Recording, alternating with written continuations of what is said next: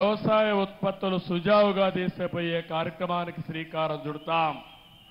ఇప్పుడే వస్తానే పోయాను. హంద్రి నీవా కాలువ మన నాయకుడు ఎన్టీ రామారావు గారు ప్రారంభించిన కాలువ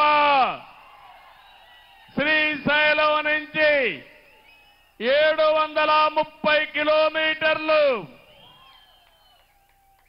పరమ సముద్రం మన నియోజకవర్గానికి వస్తుంది.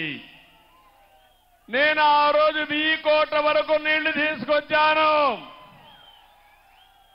700 అంటే దగ్గర 30 కిలోమీటర్ మన కాన్స్టిట్యున్సీకి వస్తే 31 కిలోమీటర్లు 1000 కోట్ల తీసుకొస్తే 5 సంవత్సరాలు వైఎస్ఆర్ కాంగ్రెస్ పార్టీ పాలనలో 5 కిలోమీటర్లు తీసుకొచ్చారు నీళ్లు. సినిమా షూటింగ్లు వేశాడు చూశారా తమ్ముళ్ళు? ఆ రోజు సెట్టింగ్లు పెట్టి ట్రాక్టర్లో నీళ్లు తీసుకొచ్చి నీళ్లు కాలువలో పోసి సీఎం పోతాన అవి కూడా బిరక్కెళ్లిపోయే పరిస్థితికి వచ్చారు. ఈ సంవత్సరం కృష్ణా నీళ్లు రావాలనా లేదా అని మిమ్మల్ని అడుగుతున్నా.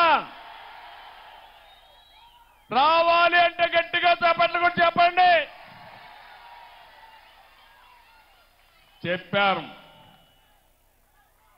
కాంట్రాక్టర్లపై నుండే ప్రేమ వైఎస్ఆర్ కాంగ్రెస్ పార్టీకి రైతులపైన లేదు. అందుకే అన్ని ప్రాజెక్టులు పడకేశాయి. తొందరలోనే దీనిపైన వైట్ పేపర్ కూడా రిలీజ్ చేస్తున్నా. నేను మీకు హామీ ఇస్తున్నా, రాబోయే రోజుల్లో కుప్పంలో కరువు లేకుండా కరువుకు చెక్ పెట్టే బాధ్యత తెలుగుదేశం పార్టీ తీసుకుంటాం. హంద్రి నీవా నీళ్లు వస్తాయి.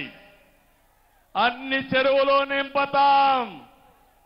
ఇదే కాకుండా యామిగానేపల్లి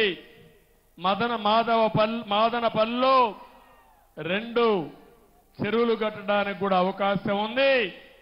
అవి కడితే 1 టీఎంసీ నీళ్లు పెట్టుకునే అవకాశం ఉంది. ఇది కూడా శాంక్షన్ చేపిస్తామని చెప్పి నేను మీ అందరికీ తెలియజేస్తున్నా.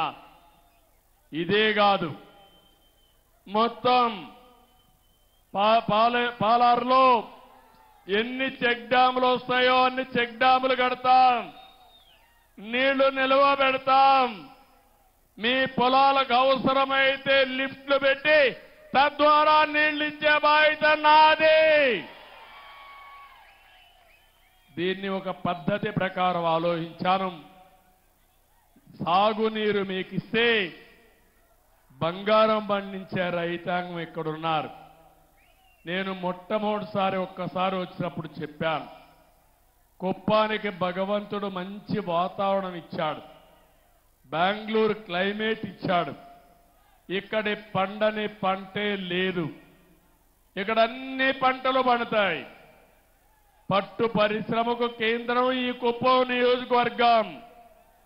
ఇంకో పక్క మంచి పండ్లు, కూరగాయలు, వాణిజ్య పంటలన్నిటికీ చిరునామా ఈ కుప్పం నియోజకవర్గం. ఈ సంవత్సరం మన వాళ్ళు టమోటా కూడా బాగా వేశారు. లాభాలు కూడా బాగానే వచ్చాయి. నేను ఒకటే ఆలోచిస్తున్నా, వ్యవసాయ ఆధార పరిశ్రమలు, టమోటా ఉంది, టమోటా నుంచి క్యాచప్ చేయడానికి లేకపోతే టమోటా జ్యూస్ తయారు చేయడానికి ఫ్యాక్టరీలు రావాల్సిన అవసరం ఉంది. ఇంకో పక్క తక్కువ ఖర్చుతో ఎక్కువ నిల్వ చేసే టెక్నాలజీలతో ఇక్కడ కోల్డ్ స్టోరేజ్ కానీ